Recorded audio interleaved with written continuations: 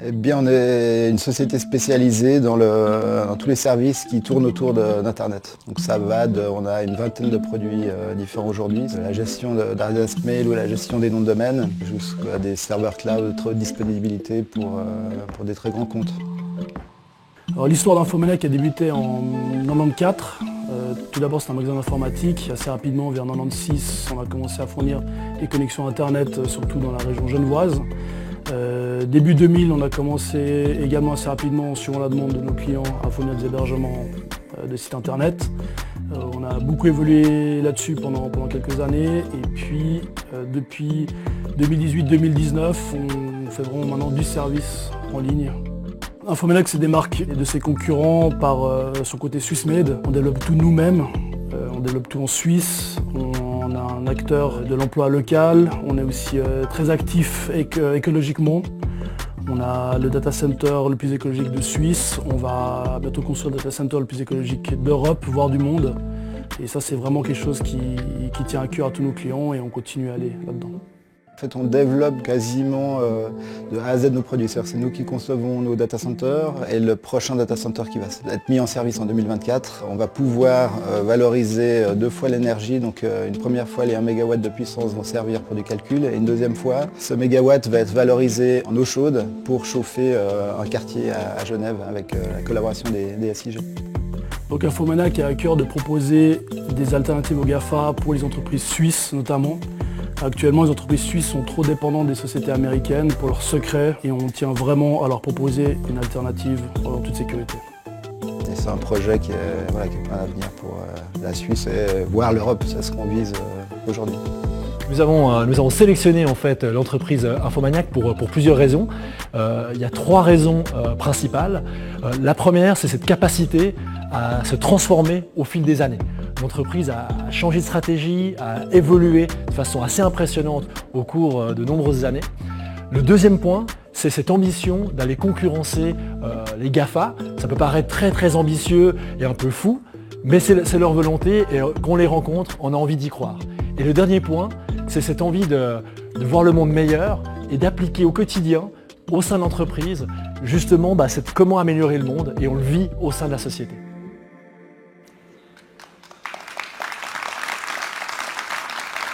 Merci. J'aimerais inviter sur scène Marc Euler, directeur général d'Infomaniac, et Thomas Jacobson, son responsable de la communication et responsable des gros comptes. Merci.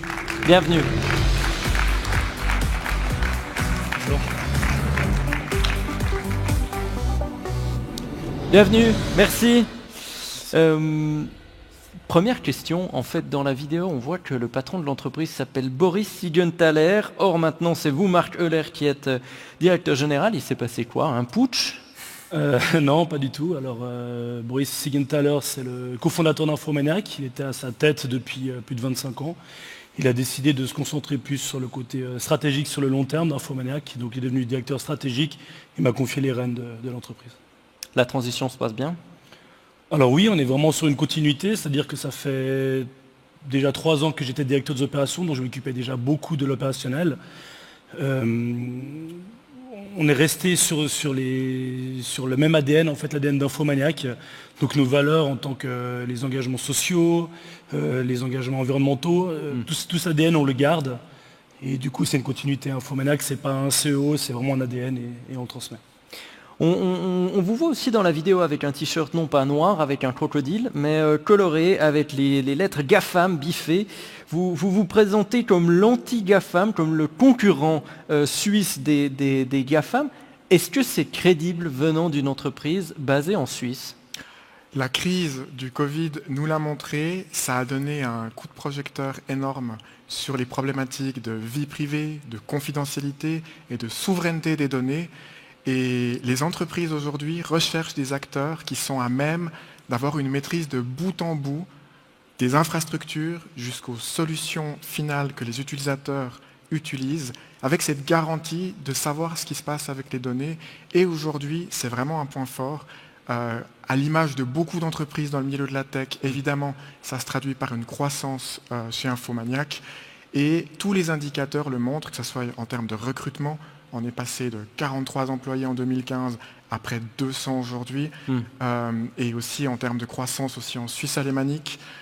On voit qu'il y a vraiment une forte demande qui est là pour durer parce que cette problématique-là, elle se développe de plus en plus et les gens prennent conscience de l'importance de savoir ce qui se passe. D'avoir toutes leurs données au même endroit et surtout en main suisse. Juste peut-être très rapidement, la répartition entre clientèle entreprise, clientèle particulier, c'est quoi? On est à peu près à 50-50 actuellement, donc on fournit de plus en plus des services pour les entreprises. Oui. Donc c'est vraiment quelque chose qu'on